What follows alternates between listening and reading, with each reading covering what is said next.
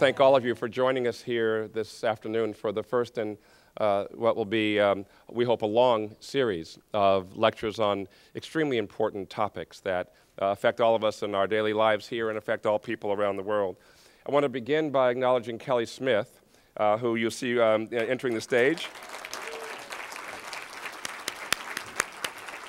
Kelly is the founder of the Center for Living Peace and a wonderful partner for us here at the University of California, Irvine. And we're very, very pleased to be bringing this event to you here today with our distinguished panelists and then the active interaction of all of you here in the audience.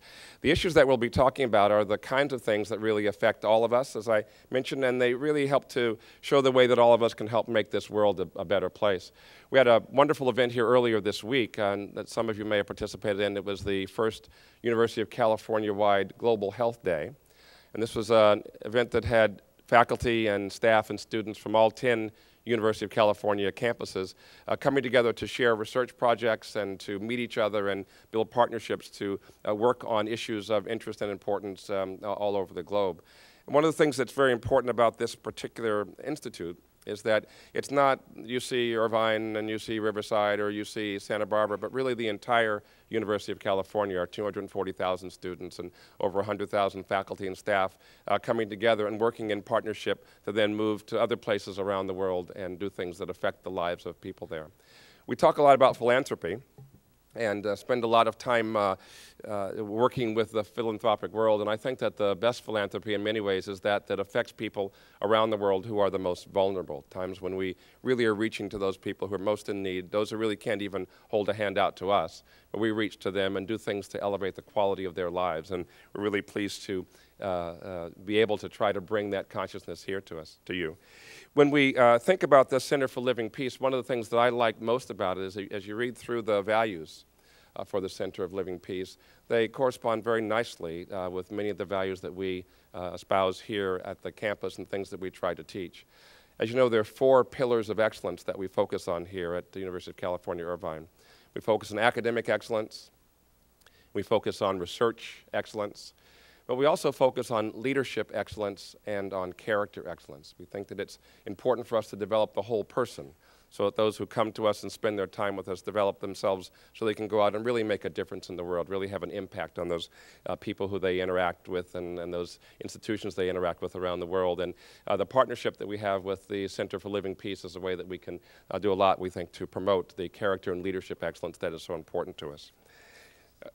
I want to also make sure that I acknowledge Kelly and her work for bringing our panelists, who she's going to introduce to us in just a moment, but for doing the work to bring our panelists really traveling from all over the world to come with us and be with us today and to get the series started. And we look forward to this iteration of the speaker series and then to a follow-up series or follow-up talks in January and then later on in May. And so I just want to say first, thank all of you for being here, to welcome you to our campus, and now to introduce the person who really made this all happen, Kelly Smith. Kelly. Thank you. Thank you, Chancellor Drake. I can't take credit for making it all happen. There's been a ton of people involved, and everyone has really come together to really make this a special event. And I'd like to thank you all for being here. We're so honored to be a partner with UC Irvine for the Living Peace series, and we're so happy and excited and grateful for this first event here on the UC Irvine campus. So happy to see all of your students here too. And for those of you watching virtually, for those who couldn't make it today, we're also live online, in case you guys here didn't know that. We were tweeted out yesterday to about 2 million Twitter followers. And today our panel is also going to be asking questions that have come from tweets. So Twitter's been really involved in this whole event also. For those of you who aren't familiar with the Center for Living Peace, we're right across the bridge in University Center, and we're a place, and our mission is to provide that place for people to come together and to be able to find their own gifts and share them with the world.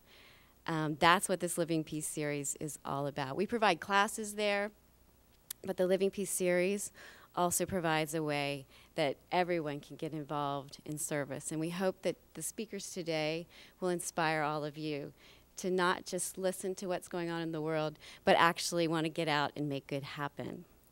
So thank you all so much for being here. We're going to watch a little video on the screens so you can learn more about the speakers who are here today and the organizations that they represent.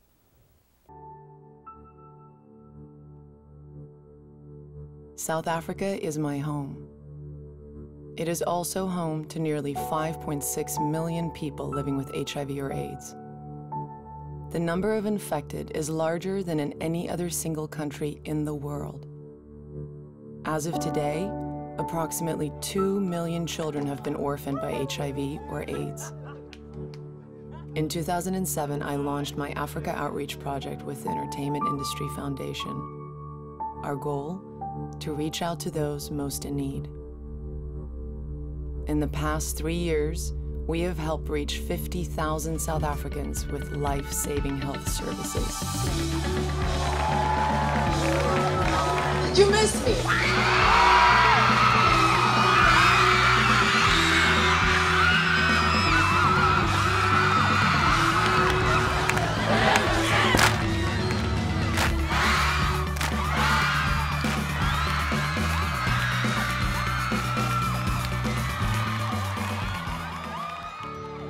In all the time that I've come here, you're still here, and you're still asking to have the information given to you so that you can have better lives. And that's what Mpilashla is all about. There are so many people who care about you. Isn't it a great feeling to know that you're not alone? These shoes are coming from America, from a really nice man named Blake. His company is called Tom Shoes, and he heard about you guys, and he wanted to make sure that you all got shoes.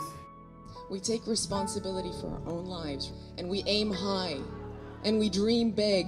You all get to decide what you want to do to make something in your world better, because we don't give up. We never give up.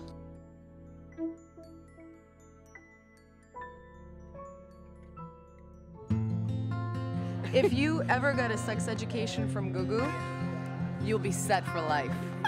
You need to see her work a condom and tell kids to use a condom. It's the best thing I've ever seen. Thank you. Every child should have the right to know their status and how to protect themselves against HIV/AIDS. HIV and AIDS, we can't be able to test at school. I had that fear. What if I get that I'm HIV positive? What I'm going to do? But after I've got the counseling, I saw that I can be able to live for a long period of time without any difficulties in my life, and I can be just healthy as a normal person. And I decided to test. I'm HIV negative. The mobile health clinics visit 12 schools in the district on a regular basis. We're about to walk into one of our mobile clinics over here that's working in this area today. We're going to see who's working inside. What they do here, they deal with the social status of the learners and the community members. We screen them for every illnesses, any illnesses there is, and their social status at home.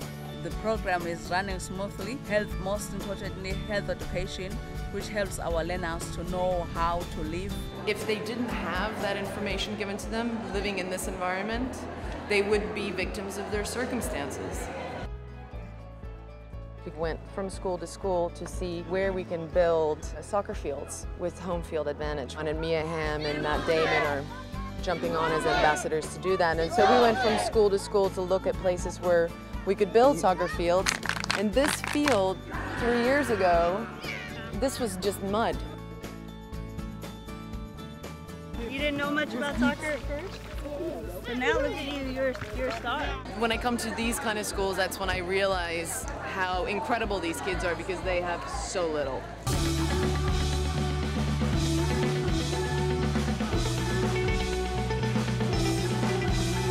I look at these students, they want to know. They want to have that power within themselves.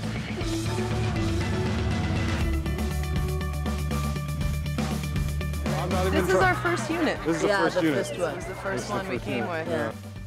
So it makes me really happy to know that the work that the beautiful people and staff from Mpilashla is doing is helping you so much.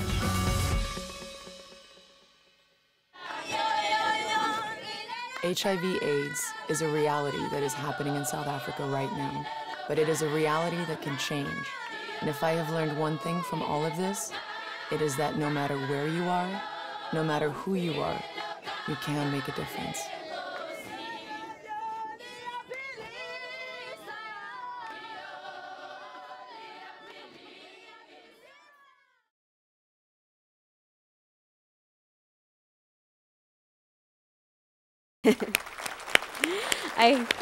I hope that it's my great hope that today, listening to Charlize and the other people here on stage will inspire you. I was fortunate enough to travel with her to Africa to see it in person, and that was so inspiring.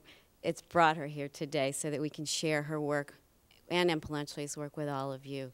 I want to inspire you, and just let you know, earlier today at the center, we did have working groups come, and all of them are here now. They all set their intentions and set their goals to help this organization and to go out and really make a difference. And I'd like to invite you all to do the same by going onto our website, goodhappens.org. You can click there to get involved. So now, it's my real pleasure to introduce to you the three people who will bring you a lot more information about exactly what's going on and what the need is in Africa. Our first speaker is one of my favorite friends, and he's one of the most generous and inspired people that I know. Jerry Murdoch is the founder and managing director of Insight Venture Partners. He's also on the board of the Aspen Institute and the Santa Fe Institute. It's Mr. Jerry Murdoch.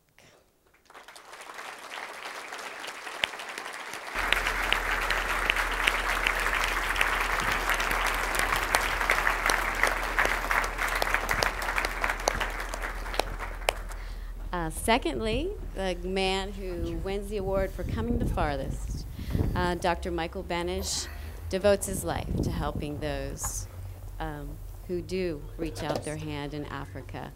He is the founder and executive director of Mphalanchle, which has partnered with Charlize Theron's Africa Outreach Program in South Africa. He's been there for about 10 years and working to really make a difference for those who are affected by HIV/AIDS in that area. Dr. Michael Benish.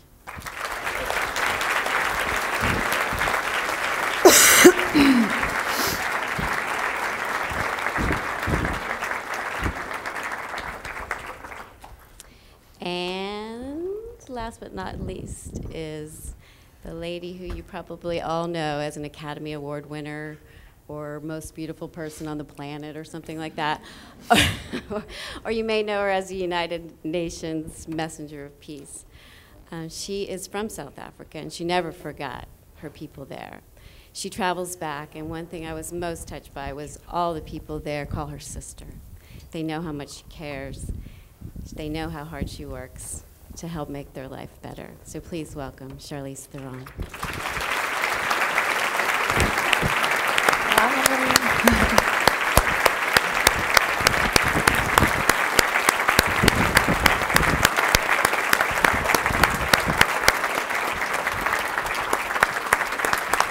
Wow. Thank you. Good afternoon, everybody.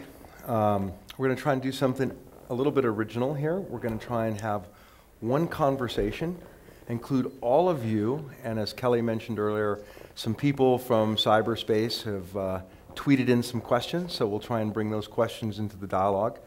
I'm going to kick things off here with a couple questions to our panelists, and then I'd like you to think in context of what questions you'd like to add and ask.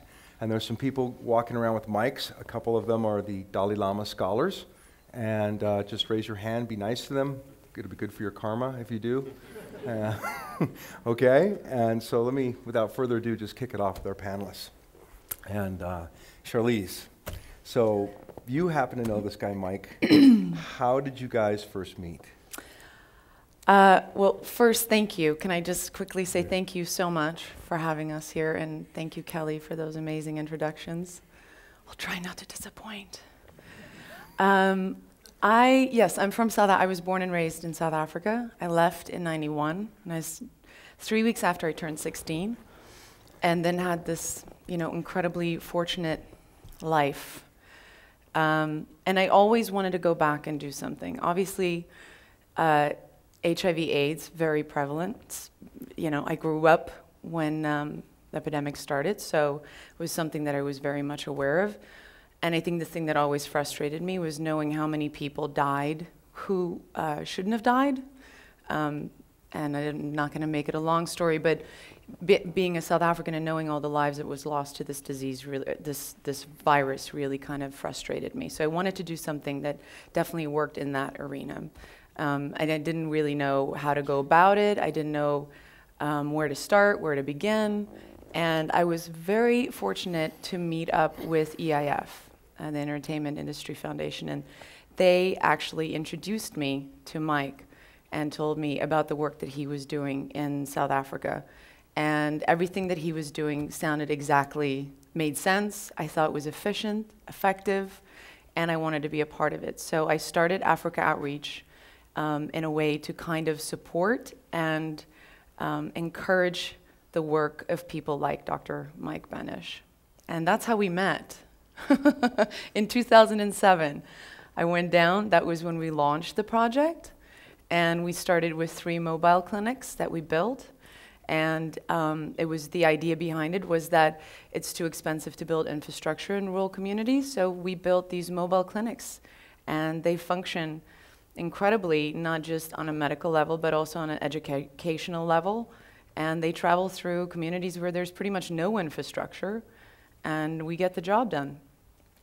So, Mike, what's your recollection? Well, do you have beautiful women coming up? I'll give you the details of that meeting that happened. But first, let me just echo Charlize's point. It's really a great privilege to be here, and I'm humbled by the opportunity to come with Charlize and Jerry to talk to you guys today and present our experience. And it's really very moving to come from Matuba and where the whole population is not as big as the number of people in this room to be able to talk and chat with you today. Look, Mike, people. But I remember where we actually met, not the origins of our meeting and the connection and who did the blind date and who made the arrangements, but Charlize, we were doing the opening, and Charlize was at Matuba was in a beautiful area, lots of the oldest game parks. Used to be the hunting lodges of the Zulu Kings. It was a very old lodge. And we went to one of the lodges where Charlize had just come into, and we were going that evening to brief her about what was going to happen the next day for the opening.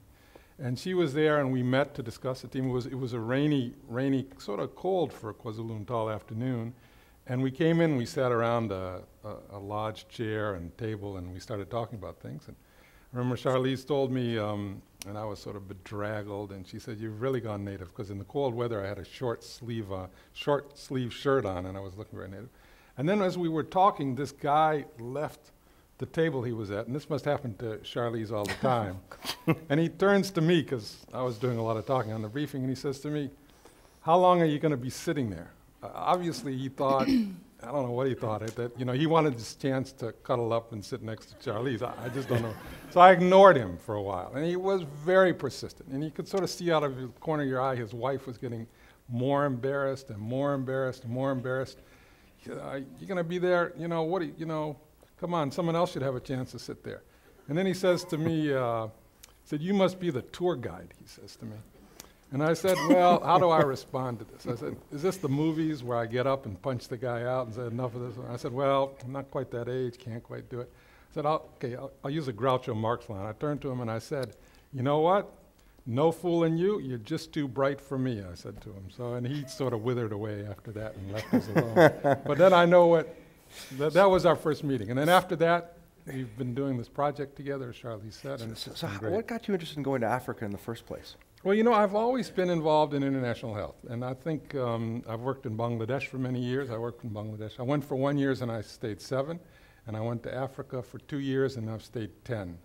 And I think, we've got one life on earth that we lead, and you have to do it in a way that's rewarding to you and I think meaningful. And how we find meaning in life and how we find reward is different from every individual. And this was an opportunity with support from CTAOP and others to carry out something that we think in its own small way is important.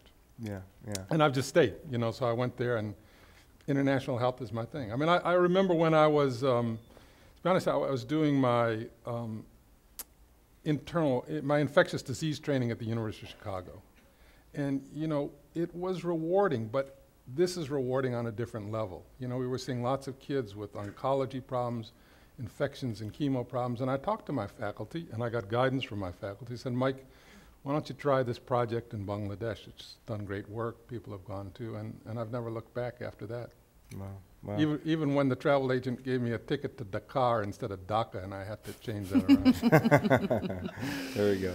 So, Charlize, what kind of inspired you to do the Africa Outreach Program? I mean, that's an amazing thing that you're doing, and what was the inspiration? You know, a little bit like I said before, I don't think when you come from a country like South Africa, I think it's very hard to you know, people love to, and it's totally understandable, you know, that I left South Africa, I speak an American accent now, I've totally lost my roots. Maar ek praat nog Afrikaans, soos dat enige Suid-Afrikaners hier is, wat 'n bietjie Afrikaans wil praat, kom ons praat. My point is, you know, a lot of people kind of through this, I get it a lot in the press in South Africa and here that, you know, I kind of forgot where I came from.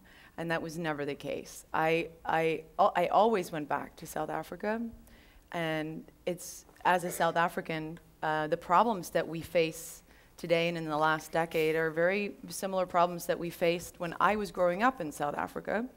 So it wasn't that it was like a new South Africa. It was the same South Africa that I had grown up. The only difference was that, you know, Nelson Mandela was freed and we were living in a democracy. And, but, you know, violence was more prevalent and HIV was still killing people, and we had a government that wasn't supporting the poverty levels and the people that were in real need. So, you know, the hardest thing for me, Jerry, was to come up with something that I felt was effective, because here's the thing, there's so many people out there who do incredible work in Africa. And, you know, I was raised by a mother who used to always say, no great change comes from one person. And this idea that you can kind of like just walk in and think that you're gonna like change things overnight just doesn't happen. So I knew that instead of starting something from scratch and, you know, doing this just as a, something that I can put my name on and say, this is me, I wanted to work with people who were doing great work. And that was, I think, how Africa Outreach really started.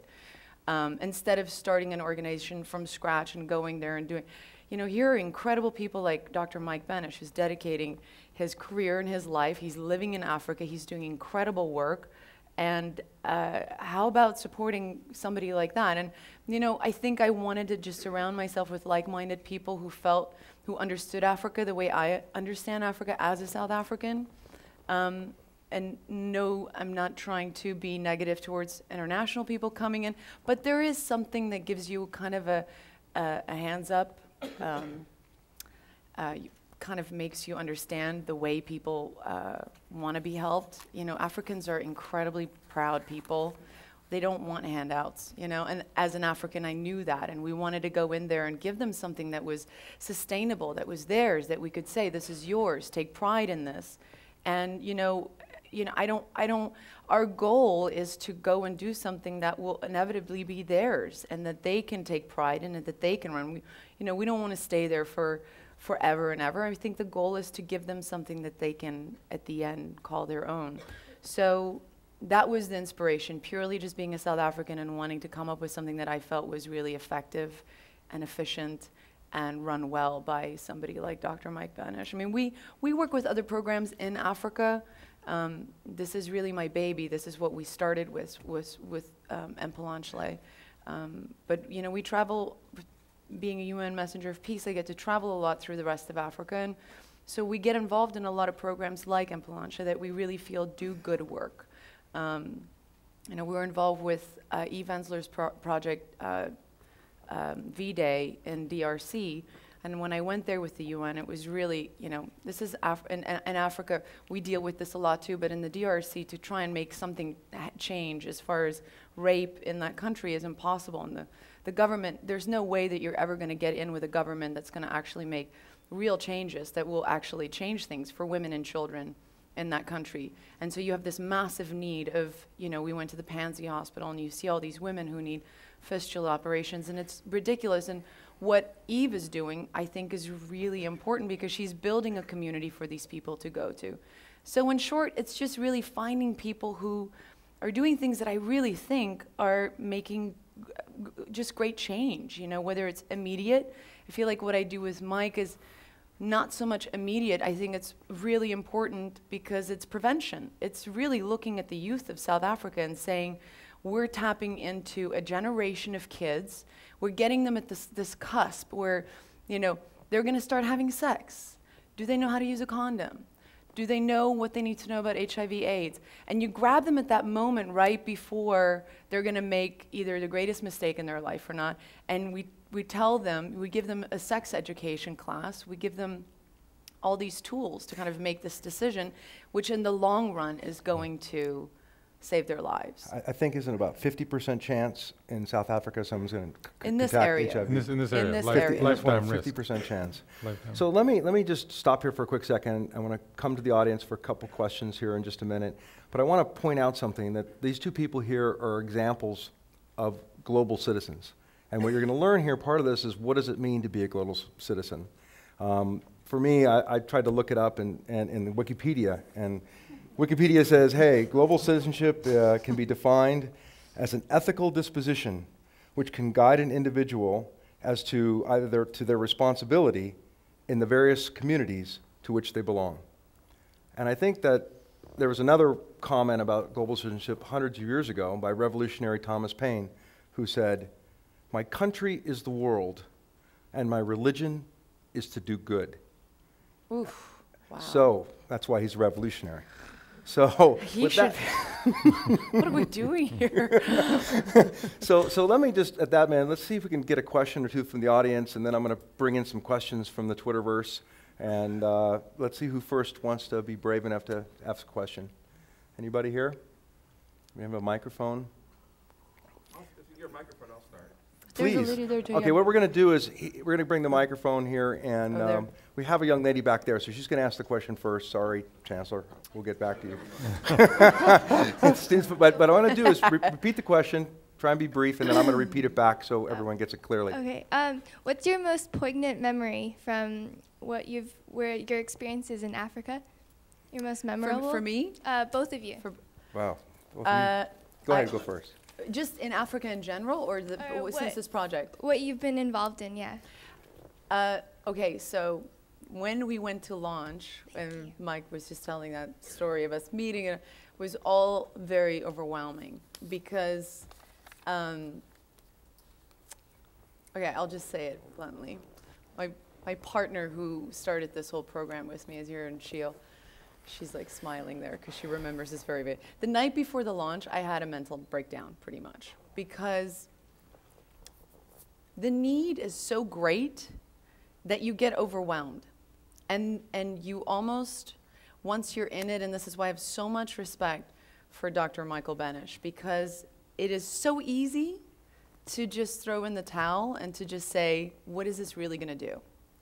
And I think the night before we launched, that's how I felt. I felt like we were such a small drop in this giant pond, which is the greatest metaphor, and that's the lesson out of all of this, that is the greatest thing you can be, and that is how change, that's why I want to be here today to do this, because that is how change happens. But in the moment, I felt so overwhelmed that I just looked at Ashley, my partner, and I said, why are we even doing this? Like, why does this even matter? We launched the project. It was really, really tough. It was a lot of work. A lot of great people who had to like step up to the plate and make this project start. And 18 months later, I went back and I remember walking into a sex educational class that was taking place. And just quickly, I was in one of the classes before I left when we launched, and nobody said anything. None of the kids wanted to talk. You know, this is not just in this community, but by South African standards, it's very much taboo to talk about these things, to talk about HIV/AIDS, to talk about sex. There's no such thing as sex ed in South African schools. So all of a sudden, we're throwing a bunch of students in the back of a mobile clinic, and we're throwing this really great African mama in there, you know, and we're saying, talk sex with them, and they're just like, nothing. they don't, you know, like the dildo comes out and they're just like cringing. And this poor African woman is like encouraging them, and they're just like, get me out of here. Like, what is this about? And I'm just sitting there going, this is the worst thing ever. Cut to 18 months later, I go back and I'm sitting in the same mobile clinic, and the same lady is giving the same sex ed class. And you have 14, 15, 16-year-old kids fighting over each other to talk, to ask questions. The dildo comes out, and like the 16-year-old boy in the first row is like, I want to put the condom on, I want to put the condom on. You know, and the girl's like, that's not how you, and you shouldn't do, and I'm just like, oh my God, and that's in 18 months. That changed, and that was so profound, because there was maybe 25, 30 students in this class, and I thought to myself, if anything, if I just looked at it, and it gets me really emotional, because when I looked at that in that small classroom, I knew that those 30 kids had the power within themselves to save their lives, and that was unbelievable to me. Sorry, go. Yeah. Let me jump to a couple questions from the Twitterverse out there. Charlize, just on that point, what are you most proud of in what you've done with the African Outreach Program? That, you know, it would be that. It really would, you know, I think I don't, I try not to get stuck in how I try not to think of the giant big picture. I try to think of things a little bit more immediate, which really helps me. Because I think the greatest lesson I've learned during all of this is that you forget that the kids that you reach out, or the communities that you reach out, they become teachers. And they become the ones that take the knowledge and they go into their villages and into their communities and into their homes, and they spread this knowledge. And you forget, you know, we have, how many volunteers do we have, Mike? 100? Yeah, 120? incredible people who come, and they're the most incredible teachers and inspiring humans to be around. But what I never really kind of truly, I think, grasped was once they were done giving the information to the 13, 14, 15-year-old kids that children that we deal with, all of a sudden we had those kids, they were volunteers. They were the ones spreading the information. And I think that was incredibly powerful. And I guess I'm really proud of the fact that when I was growing up in South Africa, this is not just a thing of privilege, but even in white communities, these were things that you just never talked about. And there was no place to talk about them. There was no environment or kind of a circle in school where you could talk about these things. And so what was taboo for so many years in a country where people were dying because they weren't talking about it is changing now. And I think, you know, immediate care of medicine is always important, but in the long run, the thing that's really going to grab this virus and destroy it is knowledge. You know, it's future knowledge, and we have to think in the long, what's going to happen in the next 50 years. And I really believe that this kind of knowledge that you give to children, this is what's going to change a country like South Africa and the world in 50 years. That's awesome. Mike, what are you most proud about in your accomplishments? I think there's two things, poignancy and proud. I mean, I think proud, I have to say, is of the staff that we have working for us, who work under very challenging conditions. And I think the same thing is true a little bit here in the States with teachers, and a lot of maybe appropriately, inappropriately, guilt is put on them and achievements. But this staff that we have, that Charlize talked about, you know, go out and work in conditions where the temperature can be 100+ degrees, where water might not be present at the school, where the toilets are terrible. Or no toilets. And no toilets at all. And they work with amazing dedication, day in and day out, to really work with a group of kids, and they come from this area, and they've been lucky enough to get a higher education, and many of them, but our counselors are graduates of these schools who've had special training, and they do the testing for HIV, and 85% of the kids in school have accepted HIV testing and know their status and get on the antiretroviral. So I think proud in the sense that you see what can be done despite the challenges if there is commitment and a sense of common purpose. And that is very, very moving, I think, to see that staff. And that doesn't come, you know, I think it's the same here, and again, I'm not obviously expert to talk about it, but I think it's the same thing that Martin Luther King talked about. You know, civil rights was half the story. And then how do you get empowerment and economic opportunity and education? How do you go that next step? And the same was true in South Africa. I mean, the freedom struggle obviously was an essential component of what happens, but this is the next component. And as Charlie said, it's not affecting 40 million kids, it's affecting 25,000. You know, I mean, there's 40 million people in South Africa, probably 5 million of adolescent age, but it can serve as a model. But that's something to be very proud of, to see that. Right. And what are the challenges that you faced? Well, I think the challenges are considerable. I mean, I think they're on a number of different levels. And I think, you know, the analogy that I use, if natural resources were the determinant of wealth, the Congo would be Japan, and Japan would be the Congo, right? So it's so crazy to think about it that way, right? But it's so true.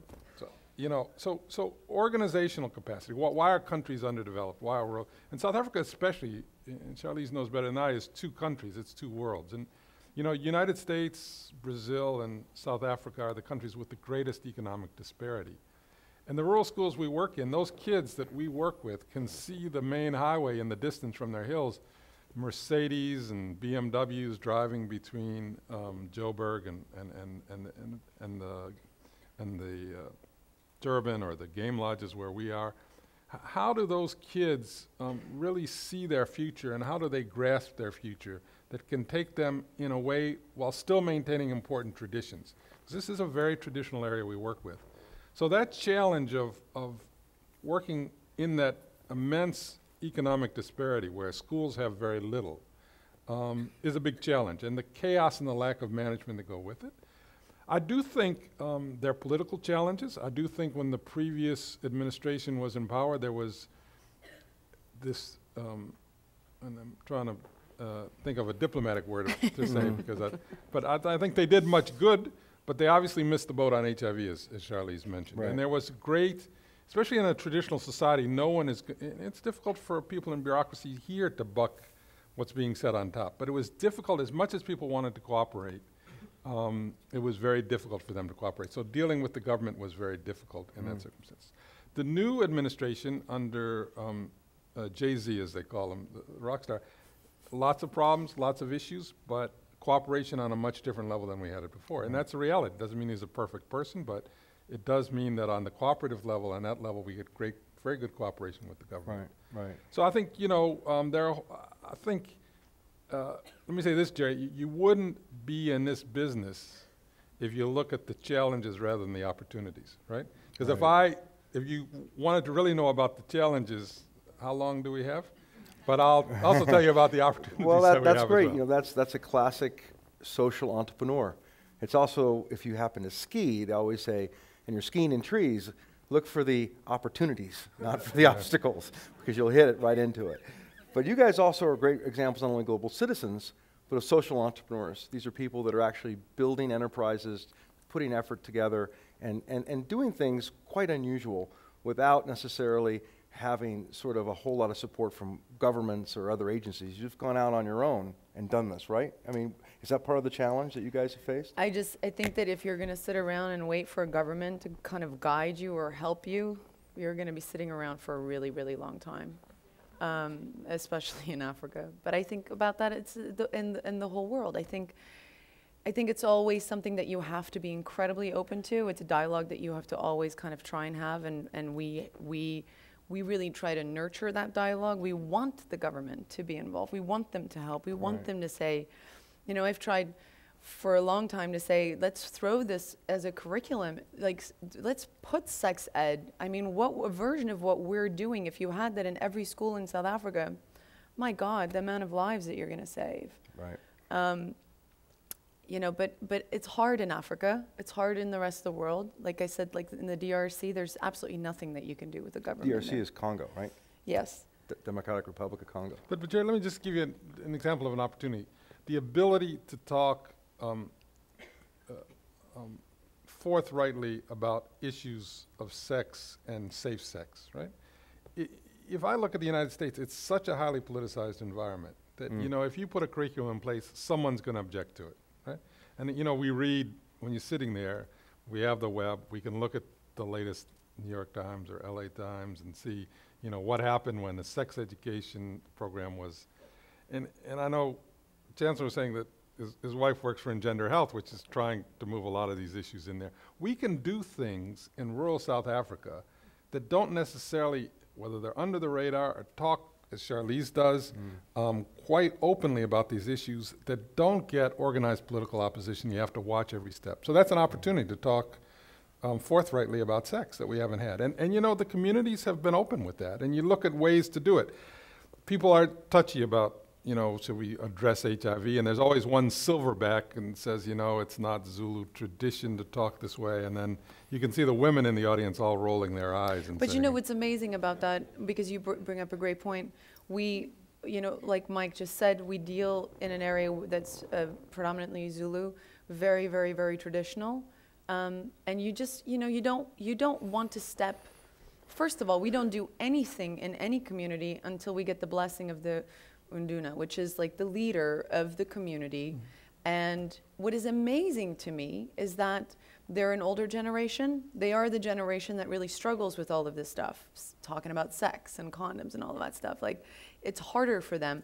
But what is unbelievable is that once they realize the power that it has in saving their children and their community, how they get so behind it instantly, right?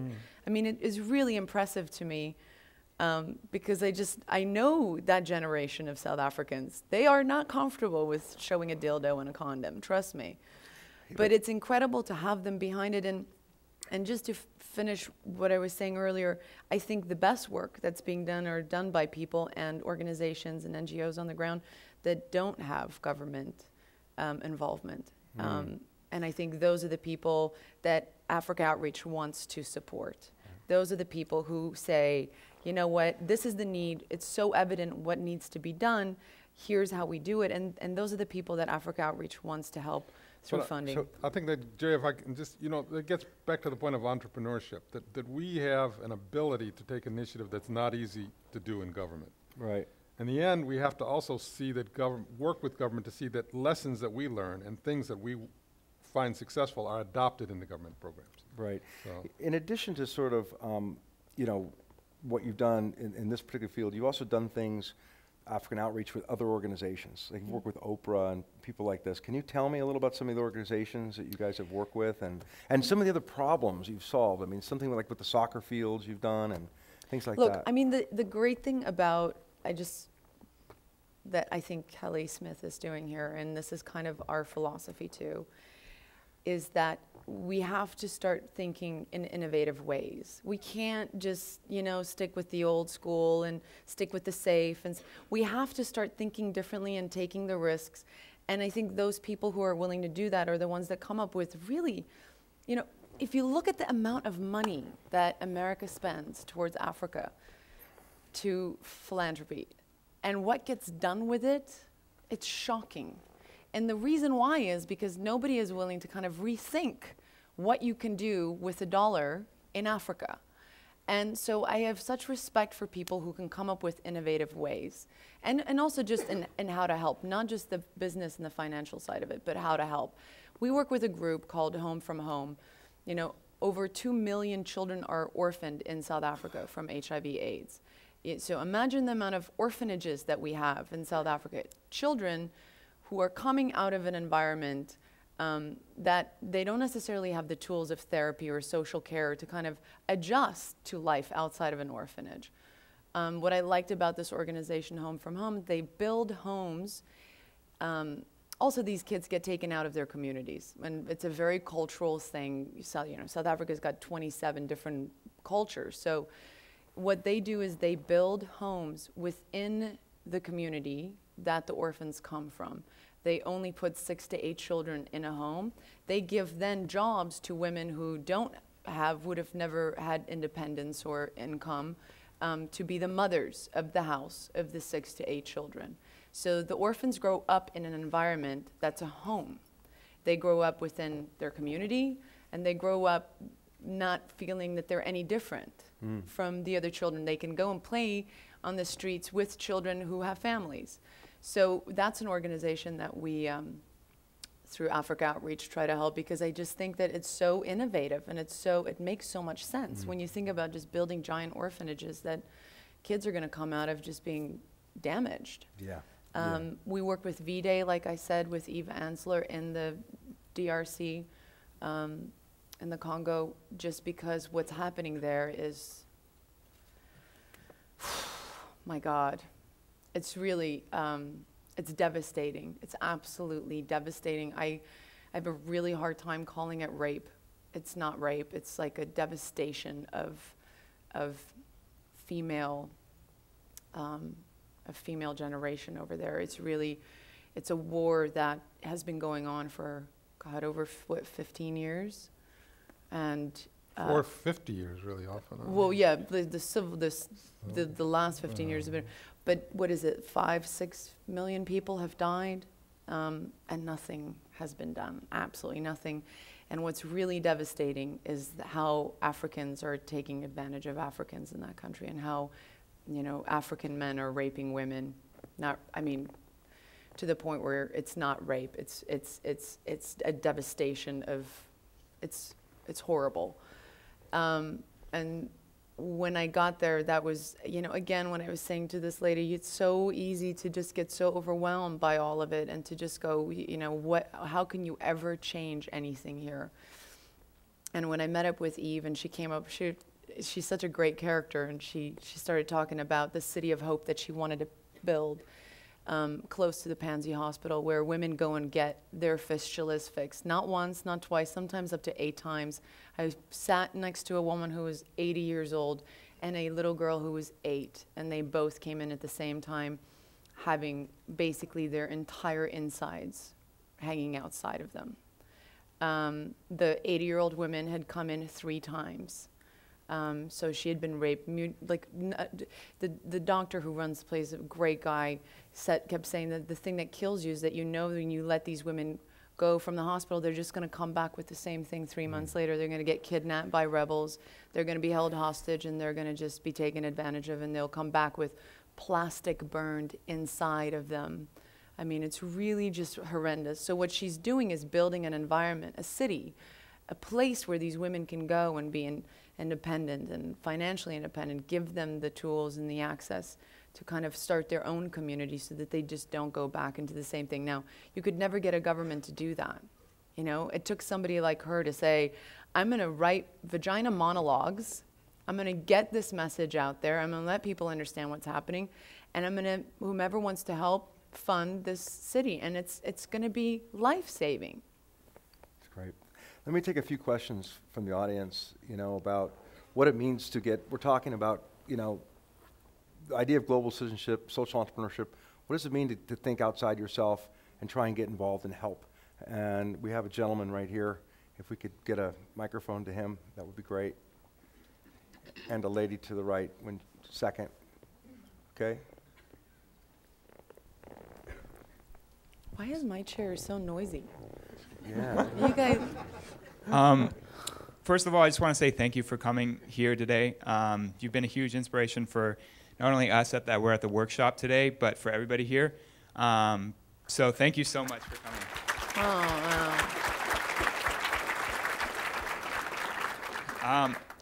I know there's a lot of community people here today. There's a lot of students here. And I know you're doing so much on the ground there.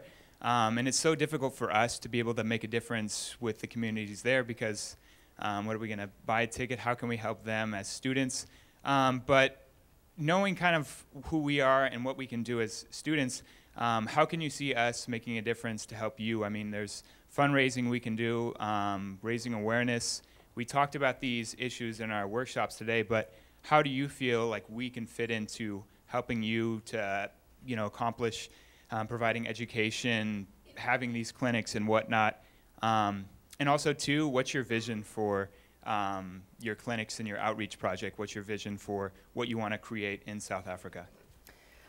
Wow, first of all, thank you so much. Like, stop thanking us. It's incredible that you're all here, and the workshop when I walked, just everything that you guys want to do and the willingness. And I'm always so unbelievably moved because I sometimes feel like, oh yeah, Africa makes sense for me. I'm an African. Like, why would anybody give a shit? You know what I mean? Like, it makes sense that I would, but that you guys care. You guys care about us. I think that for me, you know, it's always hard. I think people always ask, what can I do? And I'm going to tell you right now, money is so important. I'm not going to lie about it. You can come up with all of these ideas, but to run a program like Mpolanchele on the ground with the amount of volunteers that we need, it boils down to finances. I mean, we have something that's really good.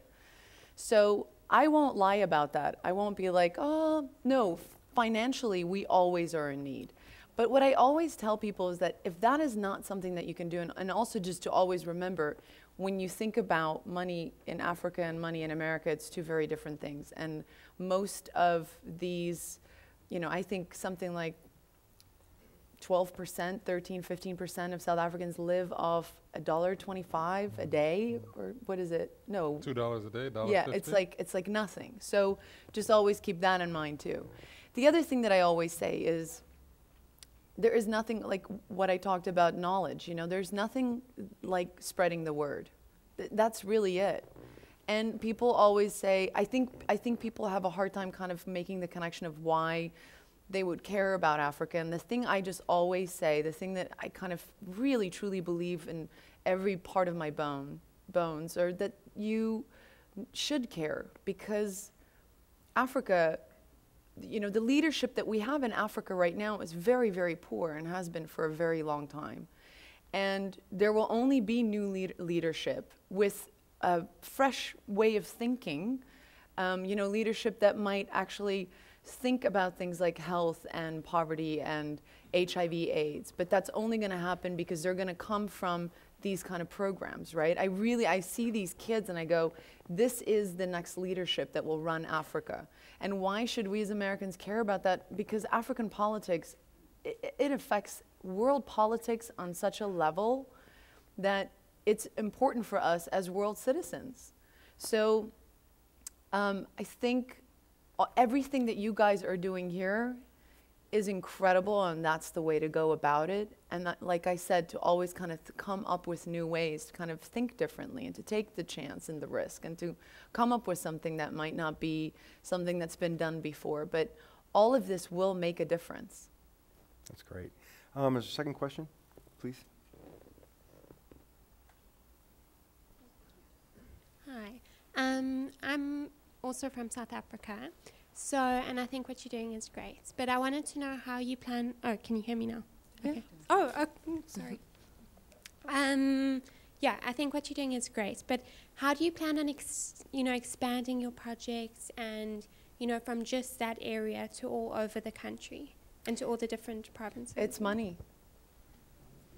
Yeah, I mean, I wish I could say it was something else. And, when I started this, I was such a innocent virgin, and again, this is very South African, you'll relate to, you don't talk about money, right? So I was like, oh God, and then I started working and talking and hanging out in this community of philanthropists, people who have really done it, wanting to learn, tell me, what is it? And then meeting all these amazing people who've become mentors to me now, how do you go about this? And I was really shocked at how bluntly the conversation always turns to, how you fundraise, how do you get the dollar to run something? This is a project that can be shut down tomorrow or in 3 months if we don't keep the work up, if we don't keep the financing going. That's just the harsh reality. And so now I've just kind of learned, that is just a part of what we do that you can't hide from. So, it's incredible to, you get the word out, and when I heard the amount of tweets that went out about this, I was like, oh my God, we've never had that. So I think there's a great power in that. That's how you start a revolution. That's how you let people know. And what I really believe is that people do want to help, but they just don't know how.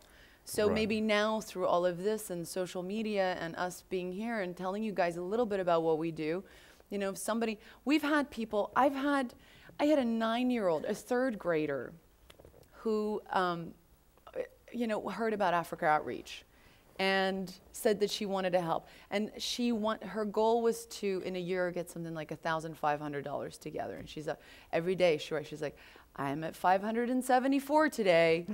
She's 9 years old. I'm like, you rock, you're amazing. You know, I had a guy who was like 55, he has poker games once a week at his house. He sends us 50% of the proceeds of the poker game. I mean, isn't that amazing?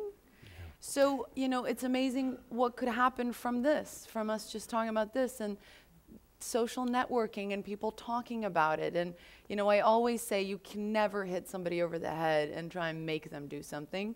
All we can try and do is share some of our experiences. And if that's something that emotionally you tap into, that's how it's going to happen. Trust me.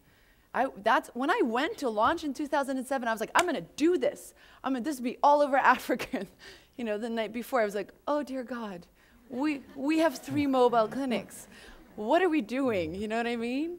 So the will is there from us to want to do it, and I don't think that's going to ever go away.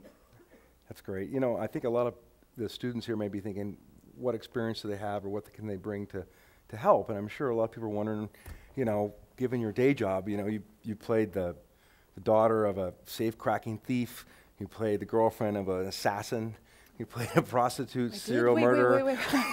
What in that experience has helped you, you know, launch this amazing, you know, outreach program? And what is it that these people need in terms of experience?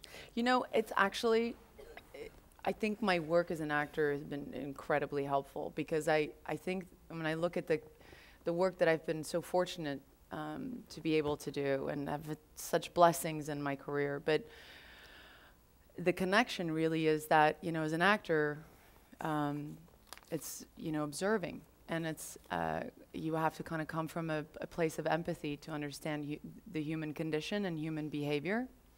And I think as a woman in this industry, I've been incredibly lucky to play conflicted women. And it's given me a chance to really kind of understand people better. And I think that's been, you know, and I think that also comes with age. I think you get older and you become, I will always be an optimist, but there's always this other thing on the other side of the scale that balances it, and that's realist, you know? And I think when you do this work, you have to kind of keep that balance going. You can't float in the sky and kind of, you know, just dream. You got to dream and then also like kind of figure out how you're going to get your feet dirty and actually get it done, you know? So you just jumped in, basically. Yeah, but again, you know, you jump in with people like Mike, and it's like I cannot tell you guys, you know, I go there as much as I can, and I'm and I like it. You know, I'm there, and I'm not ashamed to say I get down and dirty, and I'm there, and I want to be a part of the sex ed classes, and we travel, and it's tedious and all of this stuff, but then I get on a plane and I come back home, and Mike stays there, you know, and those volunteers stay there, and they are in it 24/7. You know, when we started the project, we were just visiting schools 5 days a week, and all of a sudden the students would go back into their communities, and they would talk about this, and we started getting the community asking, can we have some of this? Like, we want some of this. And Mike took it upon himself to then make it a 7-day project, where on the weekends they would go into communities and talk to parents. And you know, I just have such admiration for that. I just, you know, to be in that every day, you can so easily just throw in the towel. You really could. Life is incredibly hard in this country, South Africa, and this is the guy who's there every day doing it. So let's talk about that, Mike. What about your experience? Damn, exactly. That's very generous of Charlize. I mean, no, it's true. Extremely generous, and you can never leave. You know that now, right? I think, you know, I think what I would say is we each contribute in our own way. And I think what we do is on the day-to-day basis is prosaic, right? I mean, we can it's poetry when we talk about it and think about it, but when we do it, it's prosaic. And it's certainly not heroic. It is a day-to-day thing that you just have to make happen, and you do it on a daily basis. And I just think it's something that gives you satisfaction on any number of levels, and you have to decide why it, what is in it for you and what satisfaction you gain out of life. But I think, and it kicks your ass at the same time. Right. But it's just very satisfying, and it's satisfying for the family, and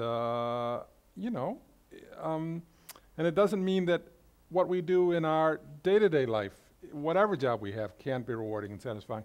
But to the students, I would say, as a student, in terms of getting involved, your job as a student in a way is to learn and to grow. And you shouldn't feel as a student that you shouldn't have the illusion that your job is necessarily to contribute at your stage in life. And especially coming here from America, we need, I think, still, despite all the problems we have and society gets, we still have a disproportionate influence in the world, for good and for bad. And hopefully we would use our influence as much as possible for good. And to be good globally takes an informed and committed citizenry. And students need to get involved globally on any level, here and we all do, and whatever. And it doesn't mean that we're all going to go and spend our lives in Bangladesh and Africa. That wouldn't be appropriate. We wouldn't be able to get an audience here if we were all in Bangladesh and Africa. But it does mean we should get out and travel, be as aware as we can, participate in projects, which we're happy to get students involved in. But don't be naive as to think, and I keep telling this myself, that we have necessarily the answers, right? Mm-hmm. We need to listen to communities. Communities have lots of strength. We can add some leavening to the stew. We certainly have a commitment to provide resources. As the country that's still by far the wealthiest in this world, we're far off the target that all countries agreed upon, the 7% of GDP. We're at 1% of GDP in terms of what we commit, and if you take our military aid out of that, that's half of that in terms of aid. So we have a commitment to be involved. We'll be a better country because of it. We'll be a better citizenry because of it. It's going to help us not only in the sense that we give, but even in our economic enterprise globally. If we don't understand other societies and if we don't participate, we're going to lose as a nation. So to the students, I would say, don't have illusions about being the great benefactor that goes out there. Students are a time in life when you should be selfish, when you should get things, and part of that is going out to projects like ours and seeing how things work and looking and working with the community and learning about that. Be searchers. Yeah, exactly. Yeah, and that's how I got my start. Yeah. Let me add one more thing. The time it's a unique time in the world. Most of you students, I'm sure, are all on Facebook or on Twitter or both. This is a time when the world is being connected in massive ways. You can use your own networks to raise money, share ideas, build teams, and go after what you want. And so right now is your time. There are 6.8 billion people or so in the world. About 4 billion people have cell phones, and they have access to each other. Soon we're going to be at the time when the far majority of most human beings on the planet will be connected to each other. We just need to have the society and the global citizenship to take advantage of that, to be able to really, really bring us together in a place where we can make a difference in the world. And now we have time for one or maybe two more questions. Okay. We got two right next to each other. I hope the same question or? Okay. Okay, we'll get the microphones to you. The Dalai Lama scholars will run down and get you the microphone. So why don't we start with, okay, there we go. You guys negotiate yourself. I guess my main question is, the communities that you're working in, what do you see in terms of long-term how your role there is? Do you see that these communities will eventually take on health themselves? Do you see you spreading out to other communities? I mean, I guess the main point is what is the long-term effect you see within these communities? It was always important for me to do something that would be sustainable and also something that you could leave behind. Like I said earlier, I understand I understand immediate need.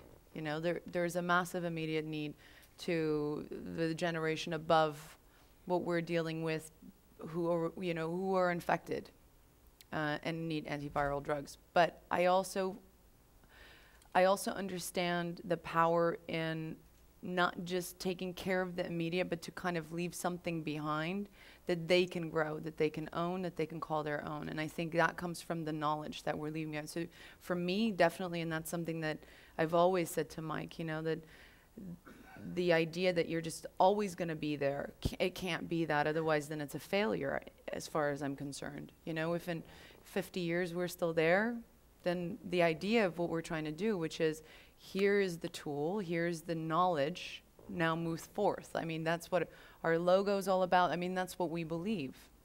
So for me, that's important, definitely. So I would like to spread out more. I would like for it to be a bigger program. But I don't want it to be there forever and ever. I would hope for a future in Africa where Africans finally have ownership of their own country, where Africans actually stand up and protect what's theirs. That's what I'm hoping for, not just to survive HIV/AIDS, but to actually survive corruption and poverty and hunger, and to take what Mike said, the resources that they have with education and knowledge, and to actually own that. That's what I would want for all of Africa. Mike, you want to add to that? Thank you.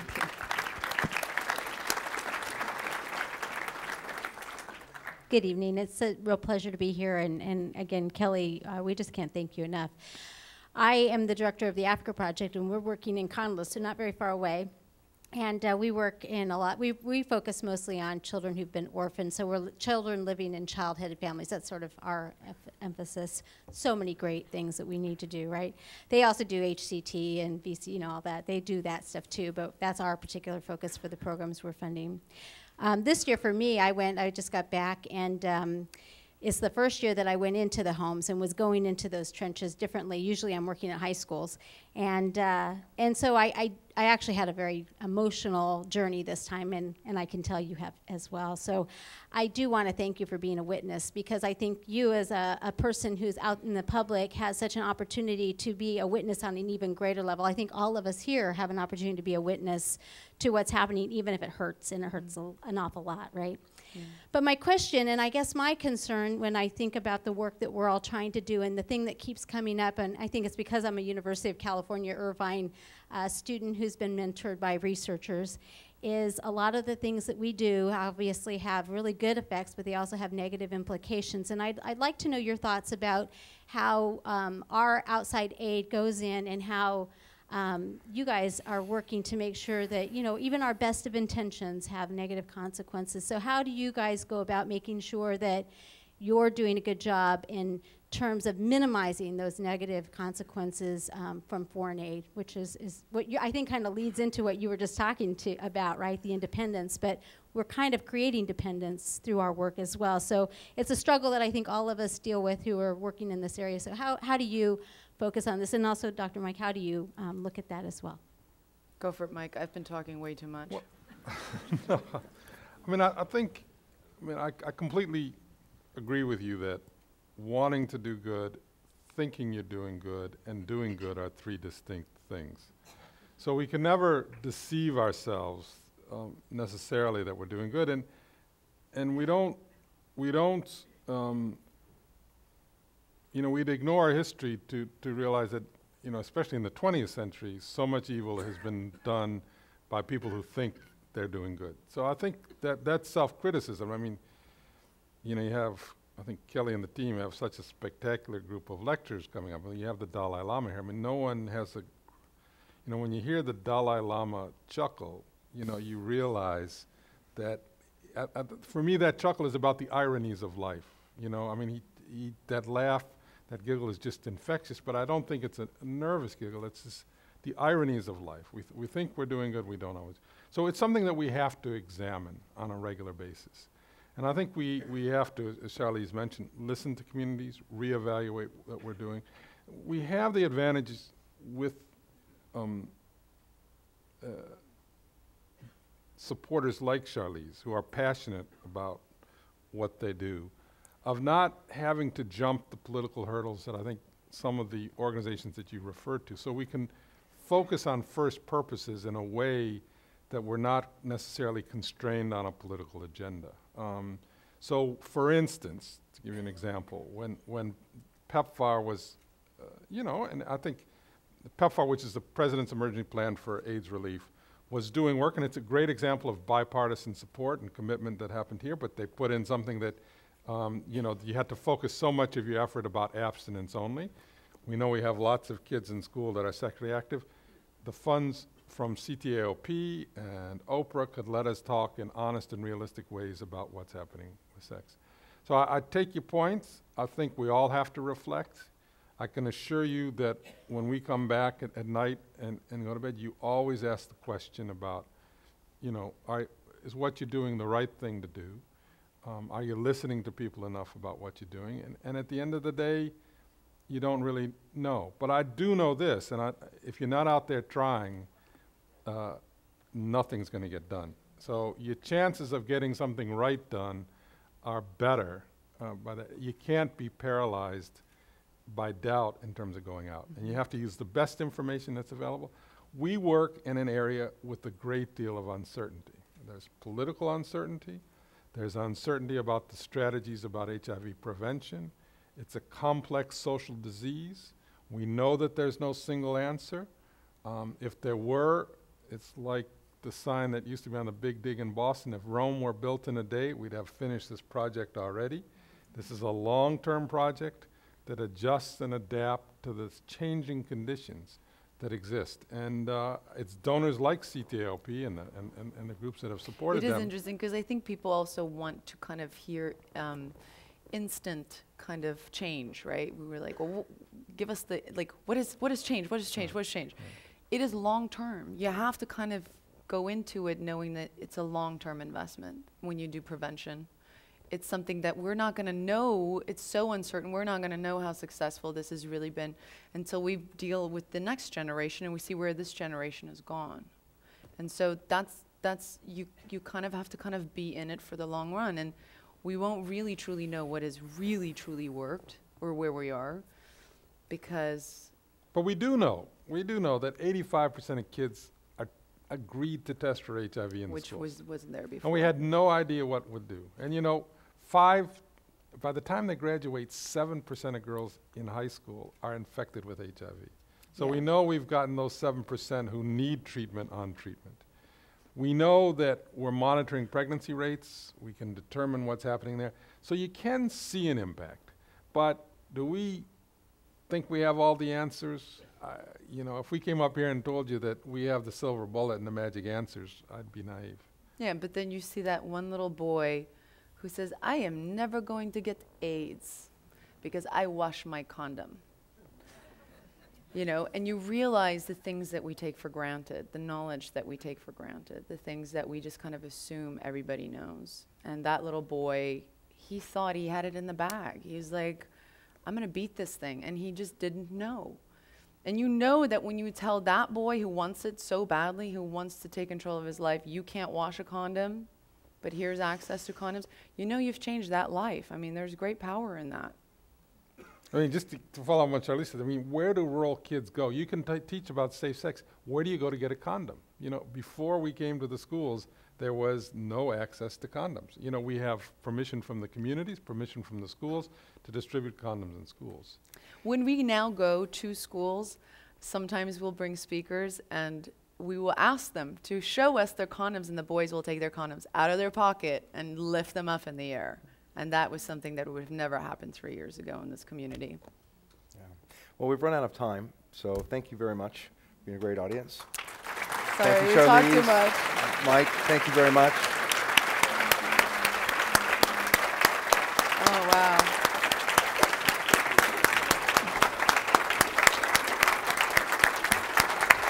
Thank you. Thank you, guys. Oh, wow, Jerry.